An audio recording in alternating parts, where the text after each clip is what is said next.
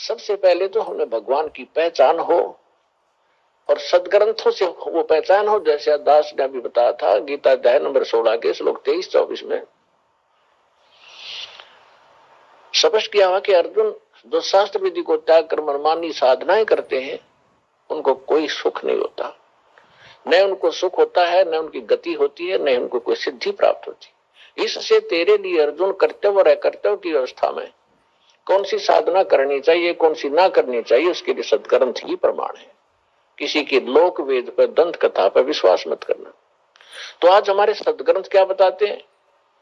पहले ये इन्हीं सदग्रंथों का आधार देकर के हमारे धर्मगुरु हमें समझाया करते थे, हम स्वीकार किया करते थे, क्योंकि वो संस्कृत बोला करते और सभी इस ग्रंथ संस्कृत में लिपिबद्ध थे। हमने कोई ऑब्जेक्शन नहीं हुआ कि इतना विद्वान व्यक्ति सच्ची कह रहा होगा। वो सत्य के तो आसपास भी नहीं थे, उनको कख भी पता नहीं था अध्यात्म मार्ग।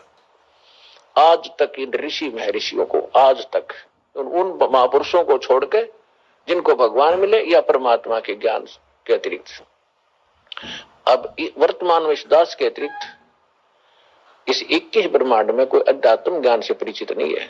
अटपट तो दुनिया मार रही है और ना उनके पास ये कंप्लीट कोर्स है।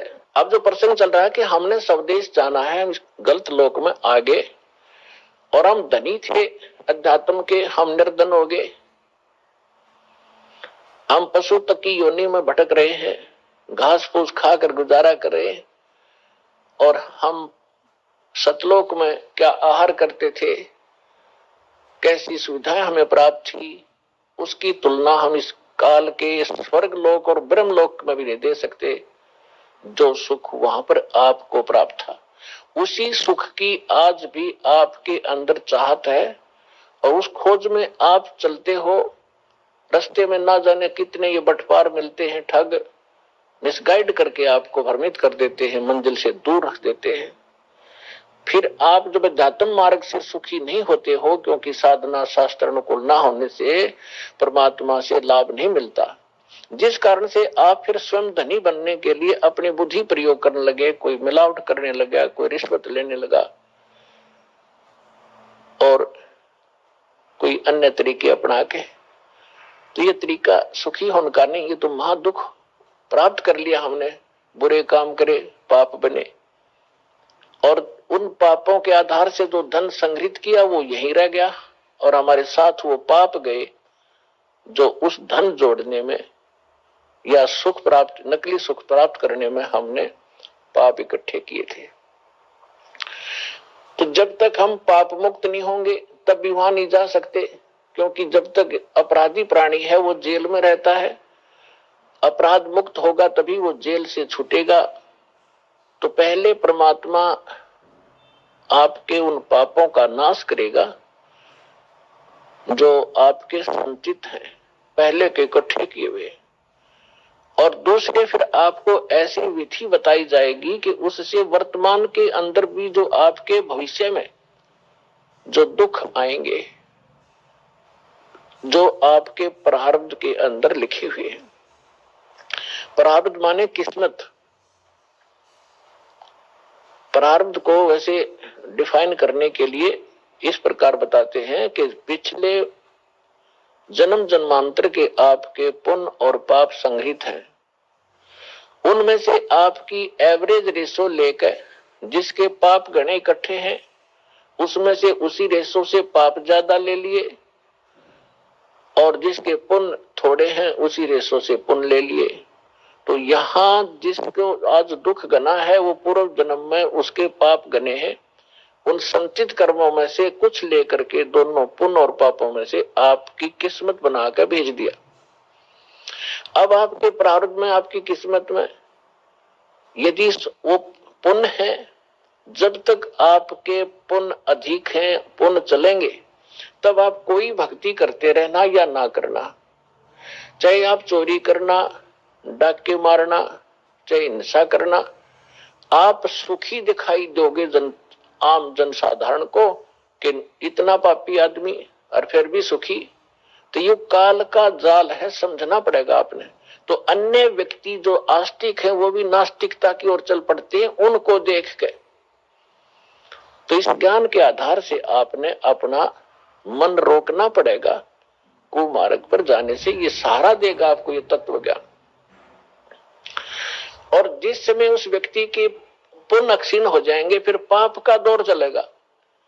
फिर देखना उसकी कैसी दुर्गति होगी, और फिर उसके पास समय बहुत कम होगा। और कहीं वो समाधान के लिए जाएगा तो ये नकली संत मिलेंगे, उनसे करवा कर जंतर मंत्र लेकर नाम दीक्षा, आखिर में वो मर ही जाएगा उस दुर्गति के साथ। और जब हम सत साधना करेंगे, परमात्मा हमें मिलेंगे, सतगुरु मिलेगा। सतगुरु हमें फिर वो सत ज्ञान देगा, सत साधना देगा, जिससे आपके पाप नाश होंगे।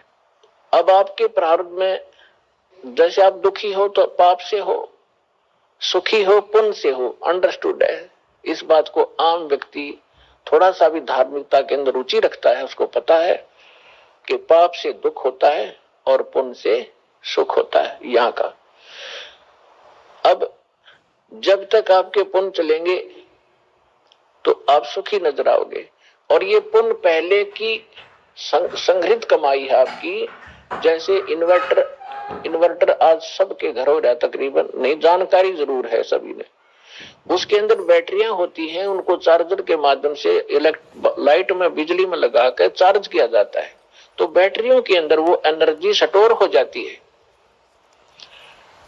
और फिर बेशक वो इन्वर्टर से चार्जर हटा दिया जाए, फिर भी उन इन्वर्टर से बैटरी बल्ब भी जग रहे होते हैं, ट्यूब भी जग रही होती है, कूलर भी चल रहे होते हैं, वो अपनी सुविधा दे रहा होता है।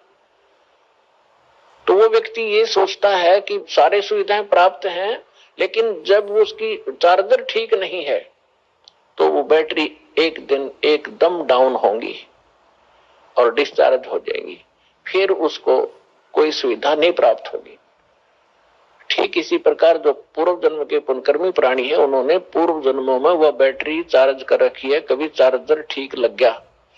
क्योंकि परमात्मा जब आते हैं, परमेश्वर 600 वर्ष पहले आए थे, भगवान कबीर साहब जी आपको चार्ज कर गए थे आशीर्वाद से, आपको मंत्र देकर, अमृतवाणी सुना सुना के। उस समय कबीर भगवान के 64 लाख शिष्य हुए थे, 64 लाख शिष्य, एक दानक के, एक जुलाहे के, एक मजदूर आदमी के। और जो संत भी महसूस नहीं हुआ था, क्योंकि हम संत समझते थे जो या तो पंडित हो या बड़ी गुफाओं में बैठे हो, जटा हो बड़ी बड़ी, या मूंड मुंडा रखा हो, लाल पीले कपड़े पहन रखे हो, तो उन महापुरुषों को तो हम संत मान्या करते। अरे हमारे जैसा मजदूर, एक कपड़ा बुनने वाला, एक धानक, और उसके 64 लाख से सोना, अद्वितीय काम है ये। लेकिन परमात्मा की महिमा को इतना दबा दिया इन नकली काल के दूता ने, उसको एक कवि, एक दानक, एक जुलाहा, एक भक्त बनाकर उसकी फाइल बंद करके छोड़ दी। अब उस लाल की गिठड़ी दास ने खोली और आपको पहचान बता दिया, लाल ये होता है, इतनी कीमत है। अब कौन पीछे रहेगा उस लाल को प्राप्त करने में? दौड़ लग जाएगी, होड़ लगेगी, कुछ दिनों में देख लेना। पूरा विश्व प्राप्त करेगा, सबको जरूरत है भगवान की।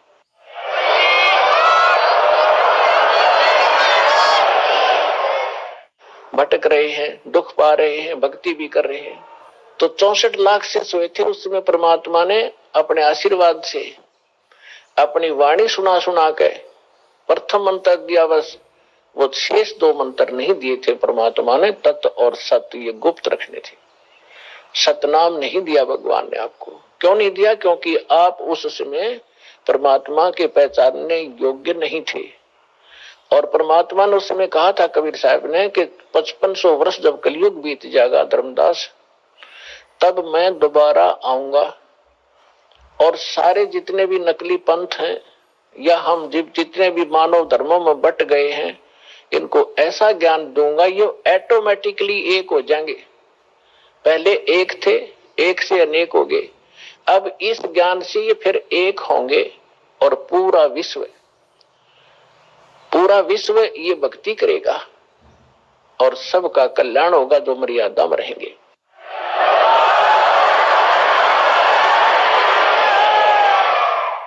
तो अब वो कलयुग का वो आ गया, वो समय निर्धारित जो परमात्मा ने ठीक रखी थी, वो ठीक का समय अब आ चुका है। और इसलिए परमात्मा ने ये यथार्थ ज्ञान और ये सारे नाम आपके रूबरू करवाने का आदेश दास को दे दिया। तो उस समय परमेश्वर ने आपकी बैटरी चार्ज करी थी और वो बैटरी चार्ज करके आपके अभी तक उसी चार्ज से आपको मनुष्य जीवन प्राप्त होते हुए आ रहे। परमात्मा के विधान में है कि दो प्रकार से मानव शरीर प्राप्त होता है। एक तो पिछली भक्ति की कमाई से कंटिन्यू आपको 10, 20, 50, 100 मनुष्य जन्म भी हो सकते हैं, इससे अधिक भी हो सकते हैं। वो आपके संग्रहित उस बैटरी चार्ज पर डिपेंड करता है कि किसने कितने कर रखी है। लेकिन उन मनुष्य जीवन के दौरान यदि सत भक्ति यानी फिर चार्जर नहीं लगा तो फिर कोई लाभ नहीं होगा। फिर 84 लाख योनियों का आपको दंड भोगना पड़ेगा। अब दूसरी प्रकार का जो जन्म होता है वो होता टर्न वाइज। एक नंबर आधार से आपको परमात्मा ने विधान बनाकर छोड़ दिया था इसके लिए कि एक मानव शरीर प्रत्येक जीव को अवश्य प्राप्त होगा। 84 लाख प्रकार के कुत्ते, गधे, सुअर की योनियां भोग के और फिर एक मानव शरीर आप उस प्राणी को अवश्य प्राप्त होता है। तो कुछ तो ऐसे मानव शरीर प्राप्त प्राणी हैं जो टर्न वाइज मानव शरीर प्राप्त है, और एक वो है जो पिछले बैटरी चार्ज थी, उस पिछले संस्कारों से मनुष्य जीवन कंटिन्यू आ रहा है आपका। तो जिनका जो पिछले जन्म में मनुष्य से ही मनुष्य जीवन प्राप्त किया है, आज उनके अंदर भक्ति की कसक ज्यों की तो है, और वही पुण्यात्माएं भटक रही हैं भगवान के लिए। तो परमात्मा की चाह में वही चलती हैं क्योंकि उनके अंदर वो कसक विद्वान रहती है, वो भूल नहीं पड़ती उनको।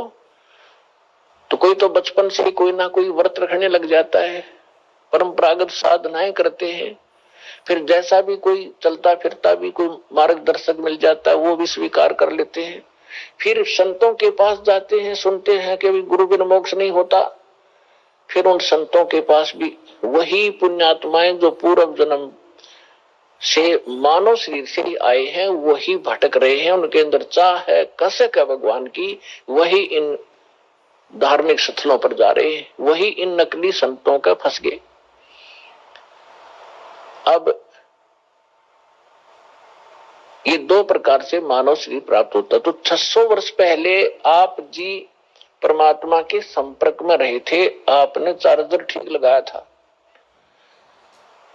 और उसके कारण आज तक आप मनुष्य शरीर प्राप्त करते हुए आ रहे हो, और आपके अंदर आज भी चाह है भगवान की।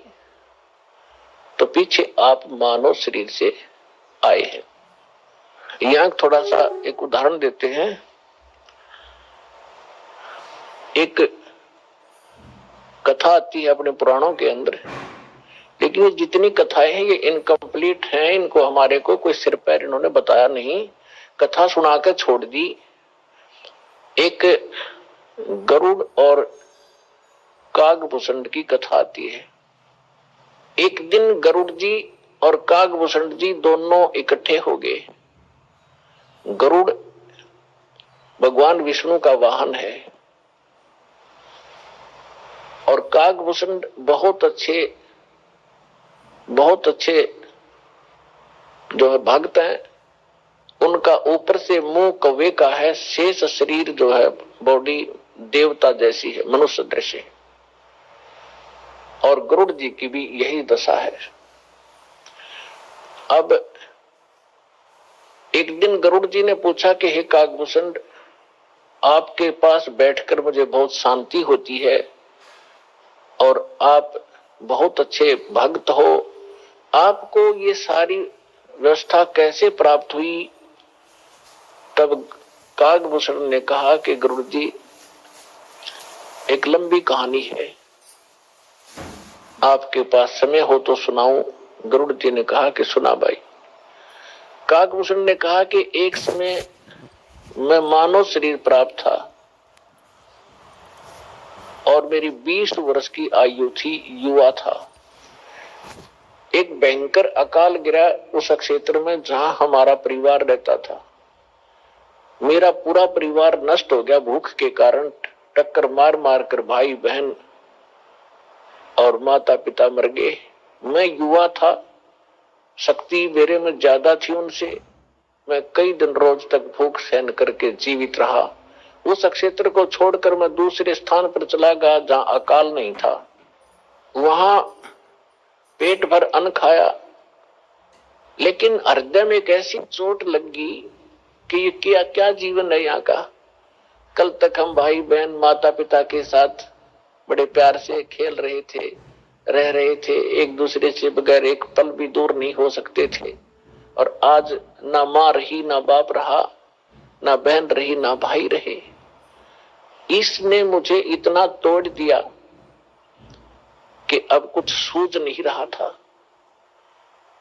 इतने में क्या सुना कि एक मंदिर से आवाज आई, भगवान की चर्चा हो रही थी। वहां गया तो इस मंदिर के अंदर एक शिव का पुजारी एक ब्राह्मण कथा कर रहा था। मैं पीछे बैठ गया जाकर। कथा के उपरांत सभी अब श्रोता चले गए, मैं वहीं बैठा रहा। ब्राह्मण ने पूछा, बेटा क्या बात है, कहां से आए हो, कौन हो? तब मैंने अपनी दुख भरी कहानी ब्राह्मण को बताई। पंडित बड़ा दयालु था, मुझे सीने से लगाया और कहा, बेटा यहाँ तो दुखों के पहाड़ ऐसे ही टूटते रहेंगे, आप भक्ति किया करो, भक्ति करो बेटा। भक्ति से भगवान सहारा देता है और मोक्ष हो जाता है। तेरा कुछ नहीं है तो आप यहाँ मंदिर में रहो मेरे साथ। तो मंदिर में रहने लगा। अब दास जो आपको स्पष्ट करना चाह रहा है कि 2 प्रकार से मानव शरीर प्राप्त होता है। एक तो टर्न वाइज, 83 लाख यूनिया भोग कर गधे कुत्ते सुअर सब आकर के मनुष्य शरीर मिलता है। दूसरा मिलता है पुण्य कर्मों से लगातार कई भी मनुष्य जीवन हो जाते हैं कंटिन्यू। तो कागभूषण का जो जन्म था वो टर्न वाइज था उसका, वो पिछले जन्म में मनुष्य नहीं था। वो बता रहा है कि मैं इतना दुष्ट था, 6 महीने तक मैंने उस महापुरुष की संगत की, ब्राह्मण की, और इसी कथा सुनाया करता था। और कथा सुना के यूं कहा करता, बेटा दीक्षा ले ले, भगवान की भक्ति से मोक्ष होगा। तो मैं टाल मटोल कर जाता था, फिर देखूंगा महाराज, क्योंकि परमात्मा की वाणी माता है, तुलसी पिछले पाप से हरिचर्चा ना भावे, जैसे जबर के बेग से भूख विदा हो जाए। जैसे किसी को बुखार हो गया हो, मलेरिया हो, तो उसको चाहे मनुखा दाख, किशमिश, हलवा, पूरी, खीर, कितना स्वादिष्ट भोजन दे दीजिए, वो जीभ रखते कहता कड़वा कड़वा लगता है, मुझे अच्छा नहीं लगता। अब ना वो मनुखा कड़वी है, ना हलवा और खीर कड़वी है। उस बुखार ने उसकी व्यवस्था शरीर की इसी बना दी कि उसको स्वादिष्ट वस्तु भी कड़वी महसूस हो रही है। अब वो उनको नहीं खा सकता, चाहे कितनी कोशिश कर लो, जीभ रखते थूक देता है, उसके बस की बात नहीं। अब उसके लिए ट्रीटमेंट क्या है, उसका विकल्प क्या है कि उसने कड़वी गोली खानी पड़ेगी ना चाहते हुए भी, और फिर वो व्यवस्था ठीक होगी। तो इसी प्रकार उसकी मजबूरी होगी वहां रहने की, उस कागभूषण की। और कोई सहारा नहीं था, कहीं रोटी नहीं थी, वहां रोटियां मिल रही थी, वो रहता रहा उस संत के साथ, लेकिन उसके अंदर वो भगवान की जो मनुखा दाख सुहावा नहीं थी। 6 महीने तक उसने संगत करी, जब जाके एक दिन उसने दीक्षा ली। अब काल का इतना भयंकर जाल है कि ब्राह्मण वृद्ध हो गए, वो युवा थे। जो कथा गुरुजी सुनाया करते 6 महीने में, 1 वर्ष में उसको वो याद होगी। उनकी अब्सेंस में वो कथा सुनाने लग गया, तो जितने भी श्रोता आते थे वो उसकी प्रशंसा करते थे कि वाह भाई वाह, कमाल कर दिया, आप तो पंडित जी से भी अच्छी तरह कथा सुनाते हो, आपकी तो आवाज भी बड़ी सुरीली है। अब वो बताता है, इससे पुण्यात्मा आपको -पॉइंट जो फावल पॉइंट हैं आपके भक्ति के, ये भी जानकारी होगी, हम कहां मार खाते रहे।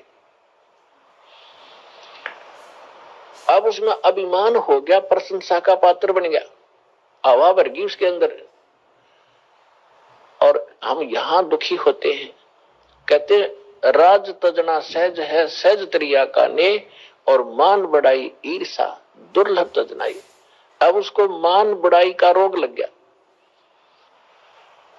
एक दिन गुरुजी आए अपना पूजा पाठ करने के लिए, अपने घर से आते थे, उसको मंदिर में इंचार्ज बना दिया था, और वो बैठा था अपने प्रशंसकों के पास। 20-30 भगत बैठे थे, भगतमती बैठी थी, वो चर्चा सुनावा था। गुरुजी आगे, और वो जो भगत थे वो सारे उसके प्रशंसक हो गए। तो उसने उस दिन खड़ा होकर के गुरुजी का सत्कार नहीं किया, बैठे बैठे देख लिया, और मन में ये था कि मैं उठूंगा, खड़ा होऊंगा तो मेरी बेइज्जती ना हो जाए श्रोताओं के सामने। उसमें ये दोष था। लेकिन संत ने ये ध्यान नहीं दिया, वो अपनी पूजा की धुन में उनके पास से निकल गया और मंदिर में आगे चला गया। वो बाहर परिसर में बैठे थे डंडे में। तब आकाशवाणी हुई। भगवान शंकर का पुजारी था वो ब्राह्मण। भगवान शंकर ने आकाशवाणी की, ए धूर्त, तूने अपने गुरु का अनादर किया है, तुझे 1 लाख वर्ष तक नरक में डाला जाएगा। ये आकाशवाणी सुन ली गुरुजी ने। अपना आत्मा कबीर साहब कहते हैं, बहुत प्यारा बालक माँ का, उससे बढ़कर शिष्य गुरुओं का। अब पिता को पुत्र पुत्री बहुत अच्छी प्यारी लगते हैं, माँ को पिता से भी 100 गुना प्रेम होता है अपने बच्चों में, बेटा और बेटियों में। और यहाँ ये भी साथ में सिद्ध होता है कि गुरु जी को अपने शिष्य उन माँ से भी 100 गुना प्यारे होते हैं, कि ताकि इनका कल्याण हो, क्योंकि वो भविष्य की जानकारी रखता है कि यदि ये इस भक्ति पर सफल नहीं हुए तो इनके ऊपर के कर टूटेगा। इसलिए उस भविष्य के दुख को जानकर आपको इतना प्यार देता है कि ये इस भक्ति पर जुड़े रहें, और कहीं इनका इतना मोह बनाता है कि कहीं ये डगमग ना हो जाए, इनका भविष्य नाश हो जाए, दुर्गति होगी इन बालकों की। फिर तो इस प्रकार उस संत ने आकर महात्मा ने कहा कि बेटा क्या गलती होगी, भगवान क्यों अक्षुब्ध हुए तुझसे? अरे अक्षमा याचना कर भगवान से। आप भी खड़े हो गए और उससे भी कहा, और कहा है भगवान बालक है, भूल पड़ गई होगी, आपका बच्चा है, अक्षमा करो, आप तो दयालु हो, आप तो कृपालु हो, महादेव हो। फिर आकाशवाणी की कि इसने अपने गुरु का अपमान किया है, ये मेरी बर्दाश्त से बाहर है। जब ये गुरु का आदर नहीं कर सकता तो मेरे लोक में आवेगा, यहां भी यो उस भस्मासुर जैसे काम करेगा। ऐसे दुष्ट को मैं कैसे एक्सेप्ट करूंगा?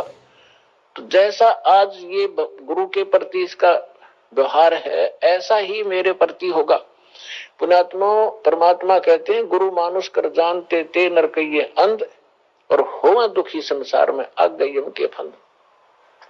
परमात्मा आपकी ट्रायल लेता है कि यदि इस दास के स्थान पर मैं होता तो ये सामने वाला मेरे साथ जैसा आज इसके साथ व्यवहार कर रहा है, ऐसा ही मेरे साथ करता।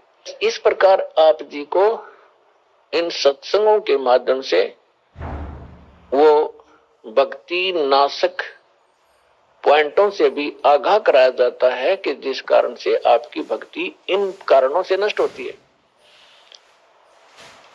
फिर भी उन्होंने बार बार प्रार्थना करने से शंकर भगवान ने कहा कि जो मेरे मुख से वचन निकल गया अब ये वापस नहीं हो सकता। इतना अवश्य कर दूंगा तेरे गुरु जी की प्रार्थना पर कि उस नरक के अंदर तुझे यम के दूत दुखी नहीं करेंगे। रहना पड़ेगा 1 लाख वर्ष तक नरक में ही, उसको मैं बाहर नहीं कर सकता। अब यहां परमात्मा कहते हैं, मासा घटे ना तिल बध है, विद ना लिखे जो लेख, और सच्चा सतगुरु मेट कर ऊपर मारते मेघ।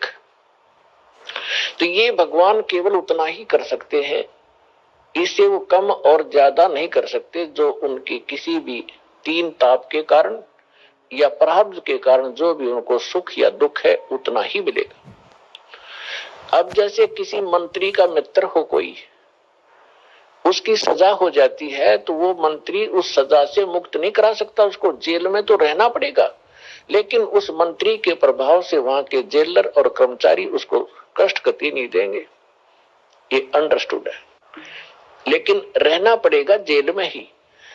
इस प्रकार काकभूषण बता रहे हैं कि मैं ऐसा नालायक था कि उससे पहले के आज मुझे पिछली इतिहास नजर आता है, क्योंकि मैं भक्ति पर हूं।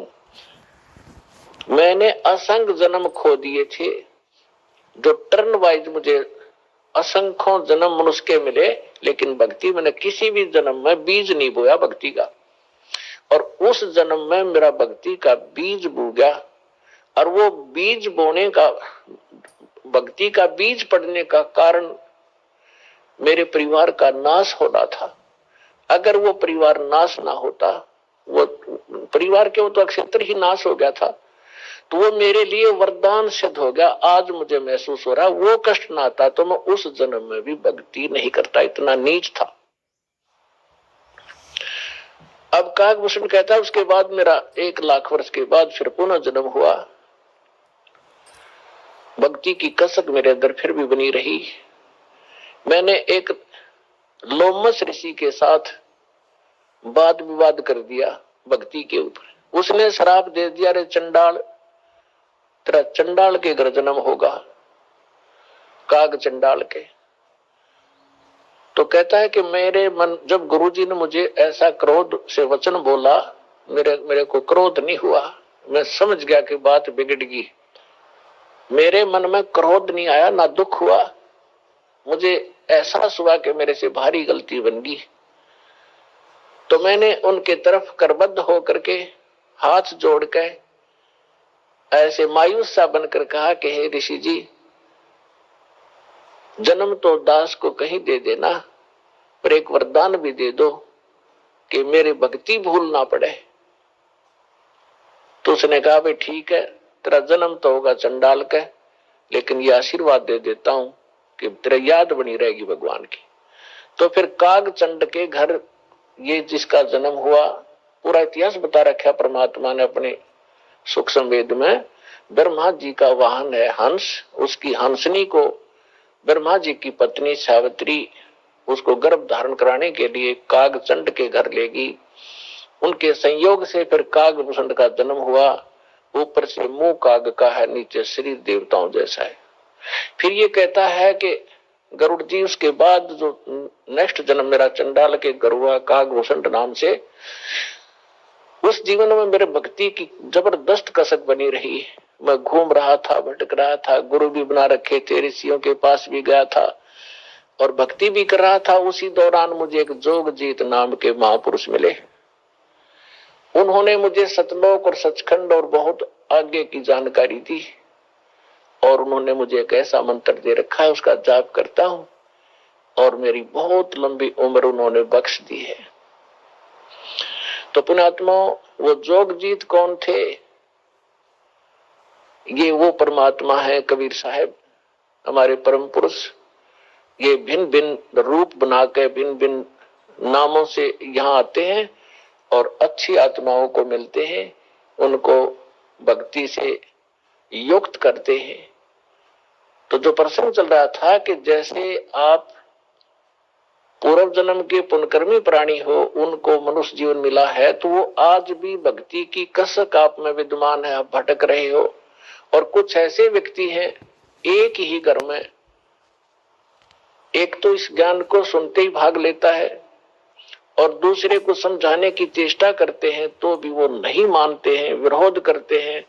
तने देवी देवता छोड़ दिए, तने बैठा बैठा दिया है, देवता रुष्ट हो जाएंगे, ये हो जाएगा, नुकसान हो जाएगा, या वो भक्ति करते ही नहीं है। तो इसका कारण बताया परमात्मा ने। कबीर साहब कहते हैं, सच दिल दोनों दीन का, दिल में दोष न धार, सतगुरु का कोई एक है, यू काल का सब संसार। जैसे कोयल जो होती है, ये कोयल अपना अलग से घोंसला बनाकर अंडे नहीं पैदा करती, क्योंकि अलग से वो अंडे देती है तो कौवे उसको खा जाते अंडों को। वो ऐसे सूझबूझ से अपना काम निकालती है। जो मादा काग कौवी कहीं अंडे उत्पन्न कर देती है, उस ताक में रहती है। और जब वो कभी बाहर जाती है अपना आहार करने के लिए, चुग्गा चुगने के लिए, तो पीछे से उसी के घोंसले में अंडे उत्पन्न कर देती है। अब वो कभी वापस आती है तो 2 के स्थान पर 4 अंडे पाती है, लेकिन वो समझ नहीं पाती है तेरा कौन सा है, दूसरा कौन सा है। तो उन सभी को वो उसको परिवरिश कर देती है, उनसे बच्चे निकाल देती है और उनमें उसका अपना सा मोह हो जाता है। और वो कोयल सामने देखती रहती है, उनके आसपास रहती है कि कब ये बच्चे उड़ने योग्य हों और फिर इनको मैं साथ ले जाऊं। जब वो देख लेती है कि ये बच्चे कुछ दूर तक उड़कर वापस आने लगे हैं, तब दूर वृक्ष पर बैठकर अपनी बोली बोलती है, कुहू कुहू की। जो कोयल के बच्चे होते हैं वो उस आवाज से प्रभावित होते हैं और ऐसे चारों तरफ देखते हैं, उस आवाज के साथ वो खींचे चले जाते हैं। और जो काग वाले होते हैं उनका असर भी नहीं होता, वो अपने बैठे ऐसे ही। वो उड़कर चल पड़े कोयल वाले, काग वाले वहीं रह गए। अब कभी दौड़ती है, उड़ती है पीछे पीछे उनके साथ कि मेरे बच्चे गए, तो कोयल और दूर चली जाती है, कुहू कुहू करती हुई उड़ती हुई, तो बहुत दूर निकल जाती है। कभी वापस आ जाती है कि कहीं पीछे ये बच्चे तो गए सो गए, कहीं पीछे वालों को हानि ना हो जाए, उनको छोड़कर वह वापस आ जाती है। तो कोयल वाले बच्चे अपनी माँ की बोली पहचान कर उसके साथ चले जाते हैं और काग वाले वहीं रह जाते हैं। घर घर के अंदर आज ऐसी स्थिति हो चुकी है। जो परमात्मा के पूर्व जन्म के संस्कारी हंस हैं, परमात्मा की इस बोली को, कोयल की बोली को सुनते ही फड़क गए और भाग लिए सतलोक आश्रम की ओर। और वो भी अगर शाने नहीं हुए हैं, समझन जोगे जो शेष रह रहे हैं, ये भी हो सकता है, तो वो भी अगर कोयल के होंगे तो अवश्य सतलोक आश्रम बरवाड़ा में आना पड़ेगा उनको। तो ठीक इसी प्रकार पिछले संस्कार से आपको सब वस्तु प्राप्त हो रही है, लेकिन आगे की भी तैयारी करवानी है।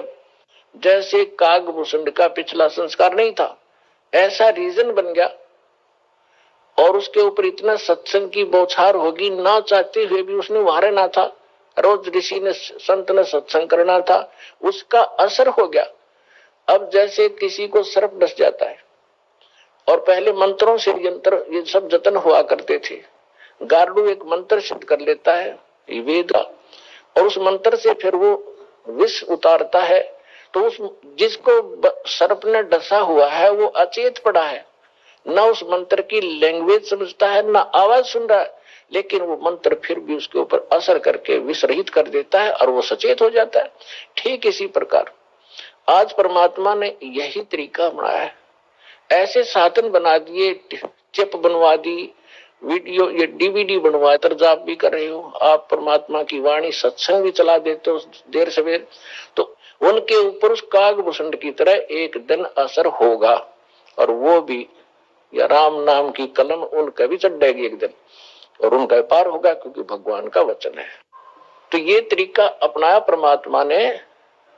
परमेश्वर ने बताया कि हमारी काल के साथ वार्ता हुई थी जब परमात्मा ने कहा था कि मैं नीचे के लोकों में जाके तेरी वास्तविकता बताऊंगा सभी प्राणियों को कि तू भगवान नहीं है, तू काल है, इनको खाता है, इसलिए तू इनको जन्मता और मारता है, पैदा करवाता और मारता है, असली भगवान कोई और है। वहां जाने का तरीका मैं बताऊंगा, ऐसा गुप्त मंत्र मैं लेकर आया हूं।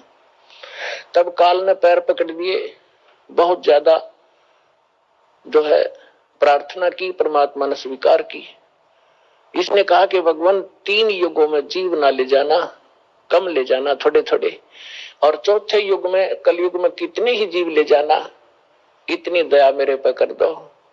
परमात्मा को भी पता था कि सतयुग त्रेता द्वापर में ये जीव गणे दुखी नहीं होते और इनकी पूर्व जन्म की बैटरी चार्ज होती है, उसी से ये सुखी होते हैं और ये सोच रहे होते हैं हम राम और कृष्ण की भक्ति कर रहे हैं, शायद इसी से सुखी है, तो इसलिए ये मेरे ज्ञान को स्वीकार नहीं कर पाएंगे। मालिक को मालूम था, तो इसलिए मालिक ने कहा था परमात्मा ने कि भाई ठीक है, चौथा युग जब कलयुग आई तब हम अपना अंश पठाई और काल फंद छूटे नरलोई सकल सृष्टि परवानिक हुई। परमात्मा ने कहा था जब कलयुग के अंदर मैं अपना दास भेजूंगा और फिर ये काल के सब बंधन छूटेंगे और सारा विश्व मानव शरीरधारी प्राणी और साथ में जो मनुष्य जो पशु पक्षी हैं वो भी मनुष्य धारण करेंगे और वो सभी परमात्मा की भक्त नाम लेंगे। सकल सृष्टि परवानिक हुई, परवानिक माने विकसित होंगे। और कहते हैं कलयुग बीते 5500 पाचा तब ये वचन मेरा होगा साचा, और कलयुग बीत जावे जब एता सकल यानी सभी प्राणी परम पुरुष पद चेता। 600 वर्ष पहले मालिक की वाणी में लिखा हुआ है, कबीर वाणी में, सच्चिदानंद घन ब्रह्म की वाणी में यानी सूक्ष्म वेद में, उस तत्व ज्ञान में लिखा है, परमात्मा ने बोला था, धर्मदास जी लिखा था। उसमें कहा है कि जब चौथा युग जब कलयुग आई तब हम अपना अंश पठाई और काल फंद छूटे नरलोई, नर नारी सभी का काल का फंद छूटेगा। तो इसने जकड़ रखा है, मूर्ख बना रखा है, बस इतना ही सीमित कर दिया, ये तेरा बेटा है या तेरी बेटी है, ये तेरी कार या तेरी कोठी है, 1 मिनट में मृत्यु हो जा, छोड़ बेटा अब ये सब मेरी है, तू गधा बन। तो यह भूल या हमारे साथ इसने धोखा कर रखा था